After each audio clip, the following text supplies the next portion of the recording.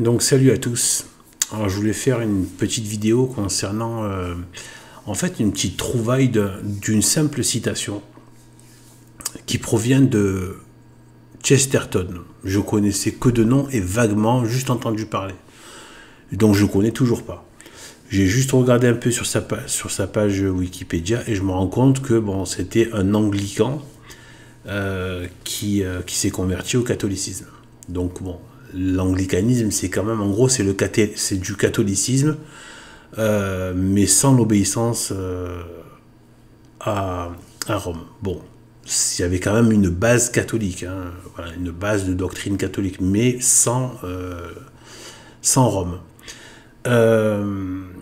Et donc en fait, bon, il s'est converti au catholicisme. Et en fait, c'est un apologète du christianisme et du catholicisme, du coup. Voilà, tout ce que je sais, voilà, voilà.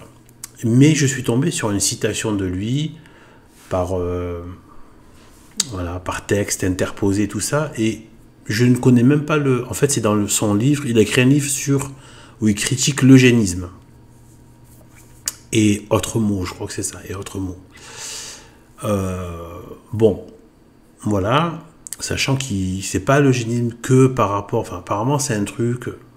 Il fouille, il parle de choses historiques et tout ça. Il fait le lien avec les religions, enfin les cultes, notamment le protestantisme, le calvinisme, etc., etc. Bon, en fait, voilà, moi, c'est pas, voilà, je ne connais rien de ce Chesterton. Visiblement, bon, au départ, je suis quand même toujours un peu méfiant. Dès que j'entends des noms anglais, je sais pas pourquoi, j'ai une espèce de rejet d'office. Tout ce qui est une connotation anglaise. Mais il n'y a pas que du... Voilà, il n'y a pas que du mauvais, c'est juste que... Enfin, voilà. C'est une sorte de réflexe comme ça, c'est... Voilà. Et... mais en fait, bon, donc là, du coup, il a repris un peu... voilà, je me méfiais un peu au départ. Puis là, quand j'ai vu ça, cet apologète du christianisme et catholicisme, passer de l'anglicanisme au catholicisme, bon, d'un coup, déjà, ça me donne... Voilà, je peux en parler sans me dire que c'est c'est du côté obscur. Non, c'est pas du côté obscur, au contraire. Cette citation dont je veux parler, elle dit quoi? En parlant de l'esprit moderne. Parce que ça fait référence à un des grands thèmes que je traite sur cette chaîne, entre autres choses. Je traite de beaucoup de grands thèmes, que ce soit de la création, l'occultisme, la vraie politique, qui est religieuse en fait, en vérité, même si on fait croire au monde que, à la plèbe maraboutée, hypnotisée par le serpent, que ça n'a rien à voir avec la politique, avec la religion. Il n'y a pas plus crétin que ça. Bref, donc du coup, j'ai parlé de la gauche et la droite, d'où ça vient, etc. D'ailleurs, je vous dis un petit peu en avant-première comme ça que je compte faire, si Dieu me permet, si Dieu me prête vie, si Dieu, voilà, eh bien, de faire une... Je pense que je vais faire par playlist parce que plutôt que d'attendre de tout réunir en une seule, je vais faire par playlist, par plusieurs parties, des prophéties. En fait, de ceux que j'estime que c'est des prophéties et qu'elles se sont réalisées, mais qui ne sont pas forcément identifiées en général comme étant des prophéties. Moi, je me permets parce que nous sommes les témoins de notre temps. Que même des pères de l'Église, des grands saints du passé ne pouvaient pas avoir sous leurs yeux, ne pouvaient pas avoir vu. J'ai parlé à plusieurs reprises de gauche et droite, prophétisées en termes de la fin des temps, et que la gauche appartient au bouc, au diable. Pour moi, c'est une prophétie, ça. Que déjà, c'est en train de se former. Avec ces temps apocalyptiques, c'est en train de se former. C'est rentré dans la structure sociale de la manifestation de la société antichrist et la société du Christ. La vraie droite, elle est catholique, traditionnelle. Et on voit bien que c'est les seuls ennemis du système. Les seuls vrais ennemis du système. Et la gauche, avec le communisme, socialisme, anarchisme et tout ça, a toujours été les haineux et violents et meurtriers criminels des chrétiens, des catholiques. Donc, et que ce sont eux qui ont tout fait, communisme, république, etc. Voilà, qui se disent de gauche. La République est de gauche. La République est de gauche. Etc. Donc, c'est pas vrai, il n'y a pas de neutralité. De toute façon, ils étaient considérés comme étant de gauche. Les républicains, c'était voilà, le côté aristocratique. Quoi. Et en fait, eux, c'était le côté, le peuple, donc la révolution, le peuple de gauche. En fait, la République est de gauche. Le gauchisme, d'ailleurs, bon, là, c'est tout un sujet que je traite ailleurs. Mais sur la vraie politique. La vraie politique, c'est ça. C'est la franc-maçonnerie qui utilise le masque du gauchisme pour opérer dans la société. Voilà. En fait, le gauchisme, c'est la franc-maçonnerie visible. Voilà, en fait, c'est ça.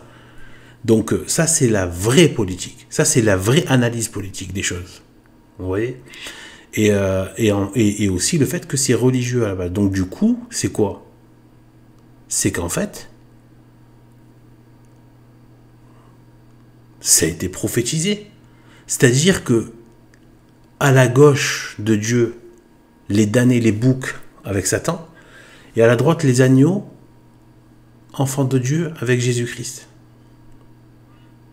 Et on voit que les mouvements qui ont combattu la religion, socialement, etc., et dans la vie sociale, dans la vie politique, dans la vie tout court, qui l'ont moqué à tout point de vue, moqué, combattu, jusqu'à aujourd'hui. Regardez ce qui, tout le temps, c'est qui? C'est la gauche. Ce sont les gens de gauche. Exactement ce qu'avait dit Jésus-Christ. Que les boucs, que ceux qui s'élèvent contre Dieu sont à gauche, finiront à gauche. Et là, ils se disent eux-mêmes de gauche, et ayant combattu le cléricat, l'église, etc., les chrétiens, les catholiques, pour les chasser de leur propre pays catholique, chrétien, qu'ils ont battu eux-mêmes. C'est pas les gauchistes, c'est pas les républicains qui ont fait la Russie, c'est pas qui ont fait la France, c'est pas les communistes qui ont fait la Russie. Ce sont des sociétés chrétiennes, ou chrétiennes, bon, par rapport aux orthodoxes, c'est catholiques. Donc on a été volé, en fait, en vérité. Quand on s'affilie à l'histoire catholique, on a été volé. En gros, nous vivons dans un régime d'occupation républicaine, maçonnique. Voilà. Et ça, c'est pour ça qu'il ne faut pas faire de compromission avec le monde. On peut, comme les Juifs dans l'Ancien Testament, étaient malheureusement occupés par l'Empire romain. Mais ils étaient conscients de cette occupation et que c'est anormal. Ils étaient conscients. Ils voulaient s'en débarrasser. Et c'était tout à fait normal. Sauf qu'ils auraient pu s'en débarrasser avec Jésus-Christ. Qui aurait utilisé, évidemment, la puissance divine, de la grâce, etc. Peut-être sans doute pour convertir ce qu'il a fait avec le christianisme, et bien convertir l'Empire romain. Pécheur, idolâtre. Vous voyez? Donc en fait, il faut se considérer comme vivant sous occupation. Colonisés, nous sommes décolonisés. Mais il faut le dire, il ne faut pas se dire oui, en fait, tu peux être catholique et républicain. Non, tu es sous un régime d'occupation coloniale républicain. Voilà. Et donc gauchiste. C'est un régime d'occupation. Puisque cette terre est chrétienne, elle a été faite par des catholiques pendant 1500 ans. C'est incomparable. 1500 ans. C'est qui a fait ce pays? Qui a fait ces sociétés catholiques? Qui a fait cette haute civilisation? Les chrétiens, les catholiques. Eux, c'est un régime d'occupation qui est venu, qui l'a pris d'ailleurs, qui l'ont pris par la terreur, par le sang. Pas par la conversion.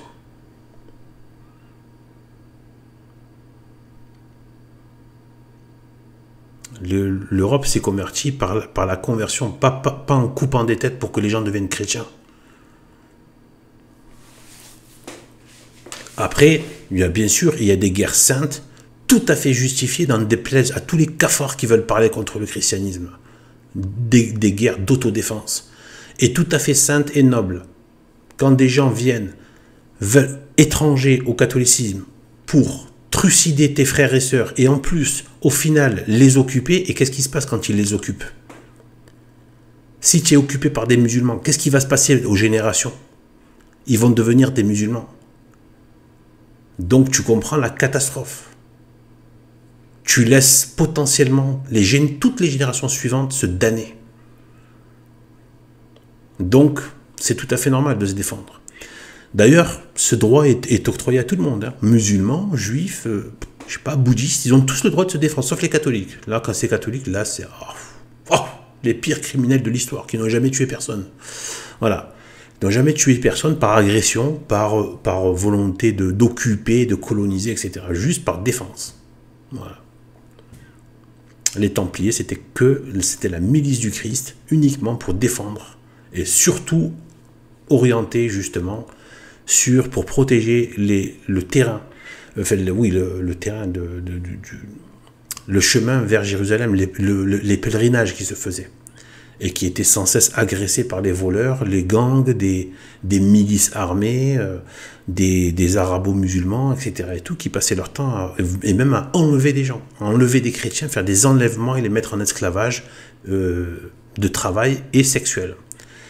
Et autres massacres, dépouillés, convertis de force, sinon décapitation, etc., etc. Et volés, détroussés, frappés, tout ce qu'on veut. Donc il y avait les Templiers qui étaient là pour sécuriser le pèlerinage. C'est tout. Et ben là, qu'est-ce qu'ils ont dit les gauchistes? Ouais, les croisades. Et pourquoi vous ne parlez pas des croisades musulmanes? Parce que ce sont les musulmans qui ont fait ces croisades contre le monde chrétien. C'est pas les chrétiens qui ont levé des armées pour aller occuper les trucs voilà, pour aller chasser les musulmans de là où ils étaient. Non, c'est par la conversion qu'ils ont pu envoyer des missionnaires, donc des hommes sans armes, pas d'armée. Par contre, voilà, par contre, voilà, ils inversent les choses. Celui qui se défend, c'est le coupable, et celui qui est coupable, ben en fait, c'était en fait la pauvre petite victime. Donc voilà. Donc en fait, Chesterton, il a dit une chose très intéressante, qui est cette phrase. Donc oui, je reviens un peu. Je compte faire donc du coup une série de vidéos dans une playlist. Je me suis dit petit à petit, en parlant de ces points-là, de ces points de prophétie qui n'ont pas l'air d'être des prophéties, mais qui le sont. Voilà, avec à la lumière de nous, ce qu'on peut voir, et un peu de ce qui a pu me venir, quoi. Voilà. Et qui ne fait pas... Voilà. Qui ne va pas contre... Rien ne va contre la vérité catholique. Et vous me le dites en commentaire si jamais il y a quelque chose comme ça. Donc, dans ce genre de choses. Mais je pense que ça peut vraiment faire du bien. C'est toujours dans la logique de faire du bien et de fortifier dans la foi. Quand on a les prophéties qui se réalisent sous les yeux, ça donne un bon coup de boost à la foi aussi. D'accord? Dites 2000 ans en arrière. Sans compter tout le reste. Toutes les autres formes d'apologétique. Eh bien, voilà. Donc, Chesterton, qui était aussi apparemment un apologète, à l'occasion, je jetterai un œil. Où je l'écouterai en audio, je mettrai le PDF en audio. Moi je fais ça, vous pourriez le faire hein, pour connaître un livre plus facilement, le faire passer en audio et l'écouter en audio. Voilà. Des fois il y en a même qui sont pas très longs et du coup ça passe. Voilà. Donc du coup, par rapport à ce qu'il a dit, cette citation, je sais que ça prend du temps avant que je lâche le truc, mais voilà.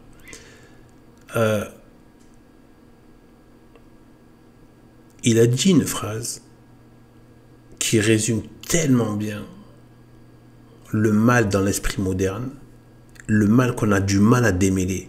Vous voyez, c'est un des grands thèmes que je fais, c'est sur la fausse charité. Et il a parlé de cette formule qui, c'est un bon coup d'inspiration, sous l'inspiration, un sentimentalisme diabolique. Un sentimentalisme diabolique. Je pense que ça résume tellement bien la fausse charité. un sentimentalisme diabolique.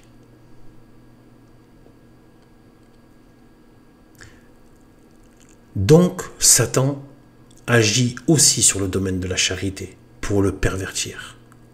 Exactement comme par rapport à l'obéissance, qui est une des grandes vertus, une des plus grandes vertus demandées à tous les corps chrétiens, y compris au roi, les templiers, donc les hommes armés, les religieux, dans les ordres, la vertu d'obéissance. Et qu'est-ce qu'a dit Monseigneur Lefebvre? Il a dit le grand coup du diable avec Vatican II et ce faux concile, et donc ça fait force de loi démoniaque introduite dans l'institution catholique par les traîtres et par les infiltrés. Eh bien, le modernisme, eh bien, qu'est-ce qu'il a dit, Monseigneur Lefebvre? Il a dit d'avoir attaqué l'Église et la foi, détruire l'Église et la foi au nom de l'obéissance. Un coup de maître du diable. Parce que les gens disent, ah, c'est le pape, c'est l'obéissance à l'autorité suprême, l'infaillibilité, etc., etc.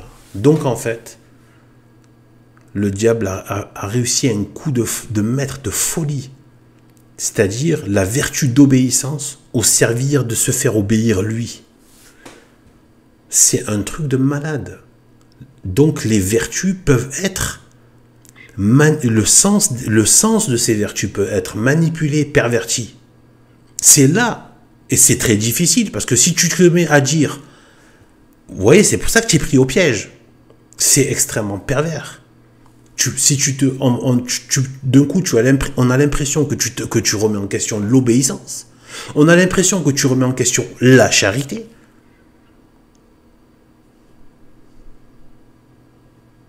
Alors qu'en fait, au final, c'est diabolique. C'est eux qui remettent en cause au final, regardez, ils foulent aux pieds, en attaquant la foi et les mœurs, ils foulent aux pieds l'obéissance à ce que l'Église a toujours déclaré comme étant de foi et comme étant de bonnes mœurs.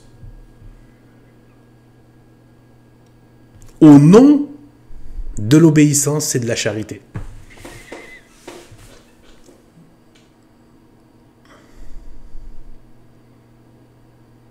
Aujourd'hui, vous avez des profils comme Arnaud Dulouche. Je préfère l'appeler comme ça parce qu'en plus, il a une tête louche. Forcément, son âme transparaît. Arnaud Dulouche, j'hésite entre le considérer comme un demi-démon et un pitre, quoi. C'est quand même assez affligeant, quoi. Et voilà, non, c'est trop, quoi. Voilà, donc en fait, eh ben lui, il va te sortir plein de bouffonnades, des références débilous, mais complètement stupides et complètement nulles. D'ailleurs, de la secte Vatican II. Il a du mal à trouver des choses avant. Et donc, en fait, il ne peut pas en trouver. Pour justifier sa connerie de le salut après la mort. Tu peux encore négocier, attirer la pitié de Dieu, la miséricorde après la mort, pendant que tu es... alors que ce n'est pas du tout l'enseignement de l'Église. L'enseignement de l'Église, c'est que il y a une justice, et dont une part nous échappe. C'est la justice de Dieu, qui sait mieux, qui nous connaît mieux que nous-mêmes. Il sait mieux que nous ce vers quoi on penche, ce qu'on veut vraiment. De toute éternité, il sait si cette âme qu'il a créée, il le sait déjà, si cette âme l'aime et le veut ou pas. Et après, c'est la mise à l'épreuve dans son... Pourquoi il a fait des choses comme ça? On ferme sa grosse bouche. C'est Dieu qui commande. J'ai pas questionné ce genre de choses. Voilà. L'intendant, c'est pas moi qui a fait ce monde. C'est pas moi, c'est pas vous, c'est pas lui, c'est personne. Ce monde a été créé. Celui qui a fait tout ça, il nous dépasse. En long, en large et en travers. On n'arrive même pas à maîtriser une seule science parfaitement dans n'importe quelle... À l'échelle d'une vie, imaginez toutes les sciences. la plupart des choses nous échappent déjà, même sur le plan de la nature. La plupart des choses, on n'y pite rien. Qu'est-ce qu'on va aller... Les grands ressorts de Dieu, comment ça opère en lui, dans son esprit, dans ses vertus. On ferme sa grosse bouche, on est là pour baisser la tête devant Dieu. Et l'aimer. Et c'est ainsi que vient notre bonheur. C'est la source du bonheur. De s'humilier devant Dieu. Dieu nous en donne du bonheur comment dire, de façon exponentiellement plus. Enfin voilà, c'est comment dire, en réaction à l'humiliation d'une de ses créatures qui s'humilie devant lui. N'oubliez pas, même les anges se prosternent. Les grands anges puissants se prosternent. Et ils ne se prosternent pas parce que, tiens, alors il faut se prosterner, les gars. Parce que il faut se prosterner. Non, c'est pas ça. Quand tu es face à la majesté de Dieu et que Dieu te donne à voir sa majesté, tu baisses la tête et tu ploies le genou tout seul. Tout seul. Et Dieu, en échange de ça, il voit ses créatures comme ça et il les aime. Et son amour est un bonheur. C'est le bonheur qui vient de cette humiliation devant Dieu. Et toutes les grâces que ça attire. Dieu se déverse dans ces âmes-là. Qui ne lèvent pas un front, mais qui baissent le front. Et donc, en fait, voilà. Donc Arnaud Dulouche, le salut après la mort. Ça, j'hésite entre le démon et le clown. Je sais pas, c'est Joker, quoi, c'est les deux. Donc en fait, d'ailleurs ces cafards, ils sont en train de faire la version 2. Je pense que je la regarderai pour faire une analyse. À mon avis, là, ils ont introduit une femme à l'intérieur, laide, enfin avec de la laideur satanique évidemment. C'est ce monde, c'est Joker, c'est évidemment. Le clown, c'est satanique, c'est une expression du démon. C'est pour ça que les enfants sont traumatisés. C'est pour ça que j'ai fait des vidéos là-dessus dans ma playlist, allez voir, et notamment le Père Satan dit Père Noël. Allez voir les vidéos que j'ai faites là-dessus pour vous vraiment la preuve irréfutable que ce sont bien des manifestations démoniaques. C'est pour ça que les enfants sont terrifiés, eux qui ont encore l'âme, qui n'a pas été pervertie par les idées du monde, ils voient ça, ils ont l'apparition démoniaque qui leur apparaît. Et donc voilà, donc en fait, c'est pour ça qu'ils hurlent, mais ils hurlent à la mort. Hein. Père Noël et clown, ils hurlent à la mort. Alors que vous voyez des vidéos, je vois des vidéos, des chevaux énormes, etc. La tête qui est énorme, etc. Une girafe, je sais pas quoi, quels animaux, des chiens. Ben ils sont pas effrayés comme un clown ou un Père Noël. Bizarre quand même. Bizarre, non? Effrayés en hurlant à la mort. À la terreur.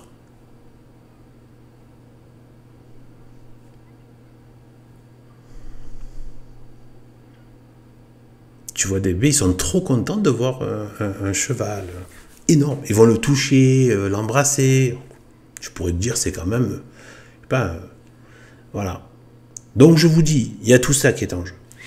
Donc évidemment, ce sont toutes ces forces démoniaques, etc., qui ont mis en place ça pour habituer les gens à fêter le démon, à livrer les enfants au démon, etc., etc. Bref, on voit le résultat aujourd'hui de tous ceux qui sont passés par là.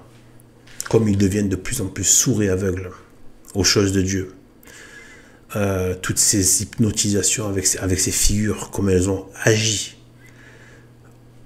Sachez qu'il y avait des catholiques qui s'insurgeaient, qui ont fait des manifs, qui faisaient des blocages, etc. à Noël par rapport à ce Père Satan, dit Noël. Évidemment, la déferlante moderniste était trop forte. Signe des temps.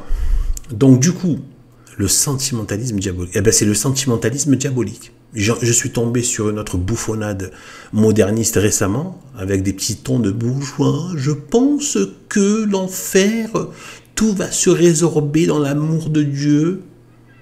Oh, petite bourgeoise, c'est pas ton avis qu'on demande. On n'est pas en train de dire, c'est pas catholique de donner ton avis sur l'enfer. Être catholique, c'est quelle est la vie sur l'enfer selon l'Église catholique? Quelle est la réalité sur l'enfer? Ah, donc c'est ça. Ok, ben il va falloir que je mette mon esprit en conformité avec cette vérité.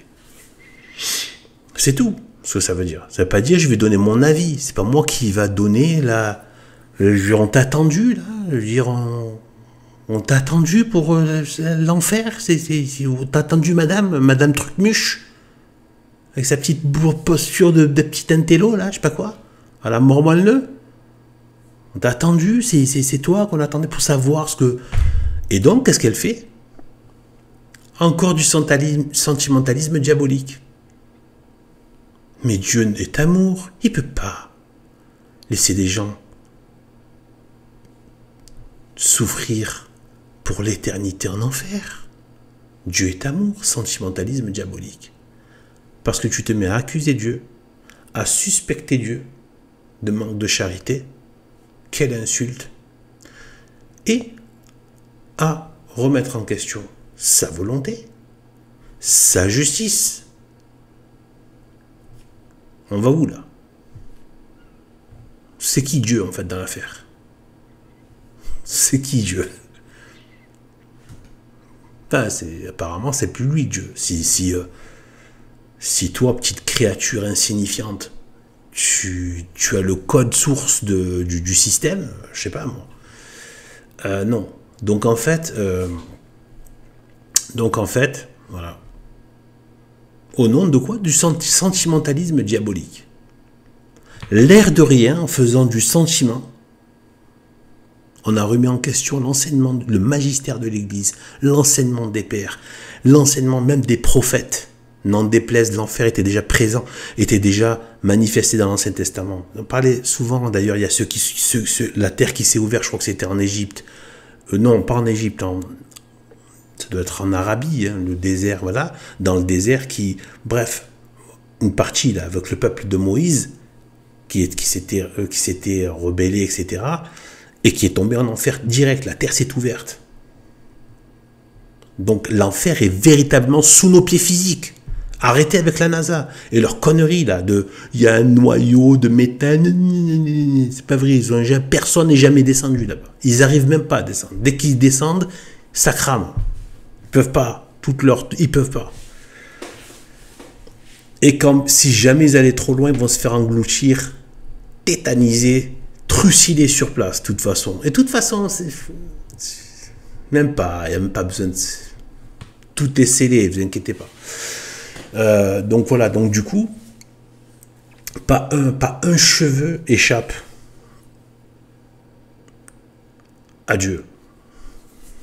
Donc toutes ces manigances, un cheveu de toute personne n'importe où sur la terre n'échappe pas à Dieu. Une brindille, une dent, une poussière qui passe dans l'air n'échappe pas à Dieu. Donc toutes ces manigances, tous ces trucs-là. Donc en fait, l'enfer. Voilà. Donc au nom de la charité, on se met même à accuser Dieu d'être un peu pas assez charitable. Mais enfin Dieu, j'aurais une petite leçon de charité à vous donner. Quand même, on laisse pas les gens croupir en enfer pour l'éternité, enfin! Hein, monsieur Dieu? Vous vous rendez compte? Les petits bâtards, finalement, que c'est.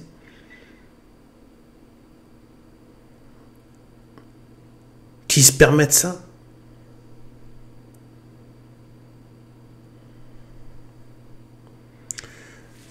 Et c'est vraiment bâtard. C'est dans le cadre de l'insulte. Désolé pour les oreilles trop sensibles.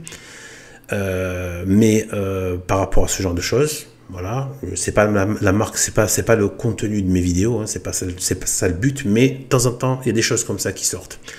Et en fait, bâtard, parce que voilà, c'est ce qu'a dit Monseigneur Lefebvre quand il a dit, c'est une union bâtard. Il en ressort des bâtards. C'est le propos même de Monseigneur Lefebvre. Mais lui, il n'a pas dit dans le sens grossier comme moi. Mais lui, dans le sens des bâtards, dans le sens de l'union adultère entre l'institution catholique, donc de l'Église, l'institution terrestre de l'Église et la Révolution. La Révolution, c'est qui? C'est la République. C'est quoi le régime qui est sorti de la Révolution? C'est la République. Donc, c'est aujourd'hui ce qu'on a. Le Vatican, c'est le mariage infâme, très impur, très sale, dégueulasse, odieux, diabolique, entre l'institution catholique et la République. De 1789, maçonnique, gauchiste, communiste, anarchiste, par rapport à Dieu, bien sûr.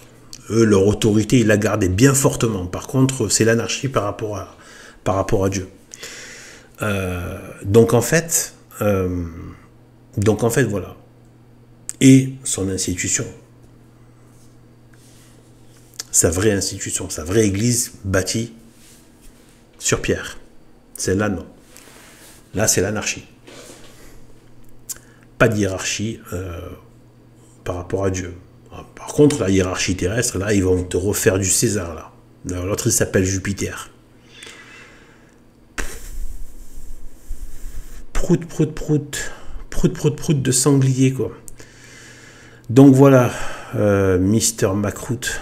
Donc, en fait, voilà, insignifiant, c'est carré. Je sais pas pourquoi les gens s'excitent là-dessus. C'est juste un pitraillon comme les autres qui était passé, une ordure pareille comme les autres. Donc en fait, donc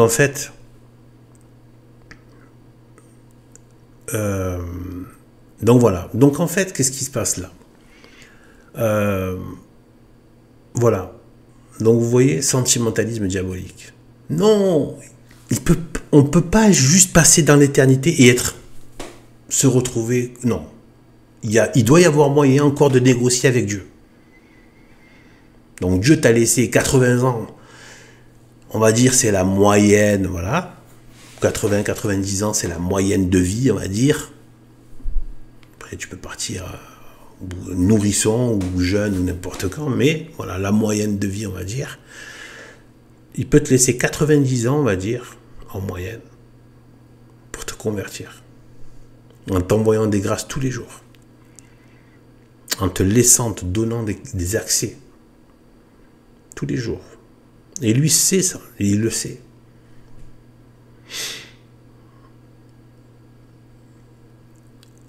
Après, sauf que des fois, peut-être qu'il arrête pour certaines âmes qui ont eu leur quota de grâce. Et que Dieu sait qu'elles n'en feront rien de toute façon. Mais tant qu'elle peut changer, Dieu lui envoie.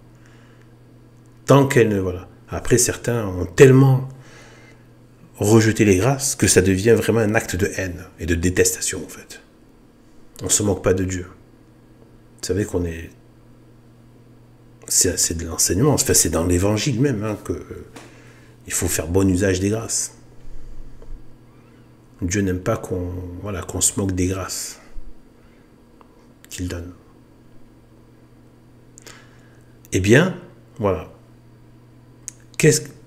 Le communisme, c'est au nom de l'amour de l'autre, pour le libérer du joug des prêtres et des rois, pour qu'il soit le nouveau genre humain, qu'on puisse partager les richesses avec le prochain. Communisme. Minimum 12 millions de morts, sans parler de tous les malheurs qu'il y a eu, etc. Les désastres personnels, des vies, voilà. Les massacres, les morts, les massacres de prêtres, etc.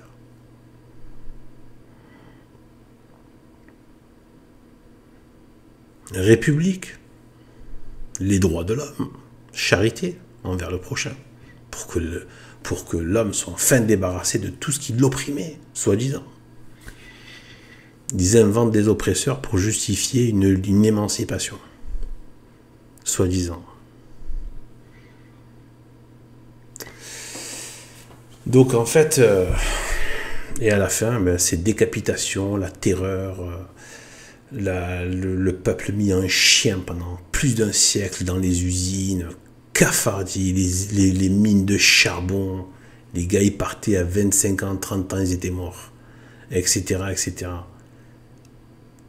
Et après, ils ont trucidé, ils ont fait des guerres mondiales, de la colonisation de peuples. Et après, ils critiquent les chrétiens, ces espèces d'enfoirés. Donc, c'est eux qui ont fait les colonisations, etc. Tout, les guerres mondiales, les génocides, la terreur, la décapitation, c'est eux. Des massacres, la mise en chien du peuple prolétariat, au service d'une bourgeoisie maçonnique, etc., etc. Ils ont enlevé à la fois l'espoir du ciel et l'espoir de la terre. Tout perdu. Et maintenant qu'ils leur ont donné le confort de l'opulence matérialiste, c'est pour mieux les perdre par leur esprit, et en plus pour livrer tout ça au peuple du monde entier par l'immigration et la submersion migratoire. Aucun bonheur est possible avec eux.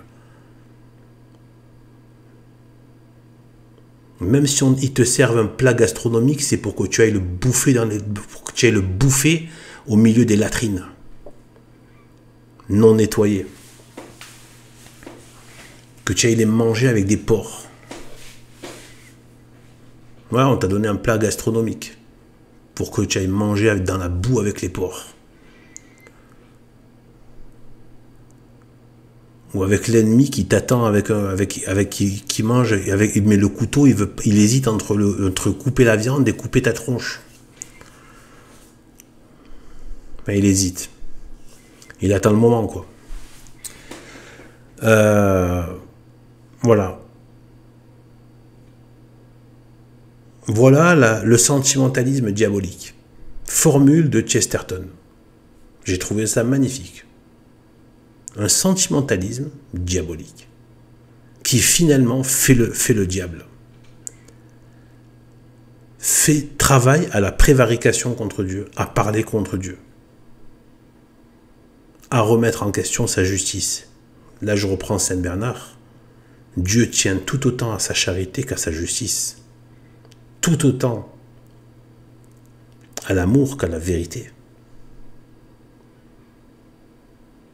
Et eux, à chaque fois, au nom du sentimentalisme, de la pseudo-amour, ils te bazardent la vérité, la justice de Dieu, etc., etc. Et si tu n'as pas la vérité, tu as le mensonge du diable qui est le père du mensonge. Et si tu n'as pas la justice,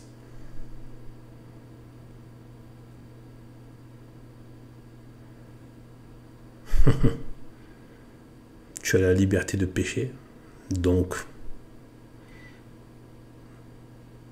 de rentrer dans l'empire de Satan, de tomber sous le joug de Satan par le péché. D'où le laxisme avec le péché. Et donc livrer au nom de l'amour du prochain. Eh bien livrer les gens au péché, donc à Satan. Un coup de maître. On a affaire à des anges, des intelligences d'anges. Mais sachez bien une chose, tout ça pourrait être de la blague. À chaque fois que le peuple et les élites ont été fidèles à Dieu, dans l'Ancien Testament avec le roi, enfin David, et surtout ça s'est manifesté beaucoup avec Salomon. Il faut voir le livre d'ailleurs que j'ai mis en ligne sur La vie n'est pas la vie, où Monseigneur Gomme parle du roi Salomon et à quel point c'est le plus beau royaume qui soit apparu sur la terre. Et c'est aussi un roi de la paix. Il avait justement, il y avait la grâce de Dieu, donc une espèce de façon de politique, de gérer la politique qui faisait qu'ils avaient trouvé de très bons terrains d'entente avec les voisins. Il y avait un climat de paix comme il n'y avait jamais eu auparavant. Et du coup, il y avait la prospérité, tout se développait, etc. La grâce de Dieu. Le démon ne peut pas agir sans le consentement de l'homme. C'est pour ça que le désastre ne peut pas être complètement attribué au démon, ni complètement attribué à l'homme. Il y a le concours des deux.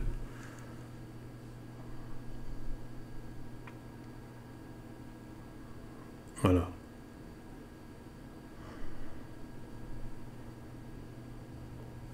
Donc le sentimentalisme diabolique, je pense que j'ai pas fini d'en parler.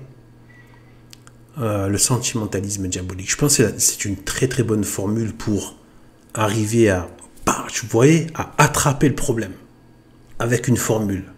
Le sentimentalisme diabolique qui conduit à parler contre Dieu, contre la vérité de Dieu, contre donc la charité, contre l'amour de Dieu, remettre en question l'amour de Dieu, remettre en question la justice de Dieu, remettre en question la vérité.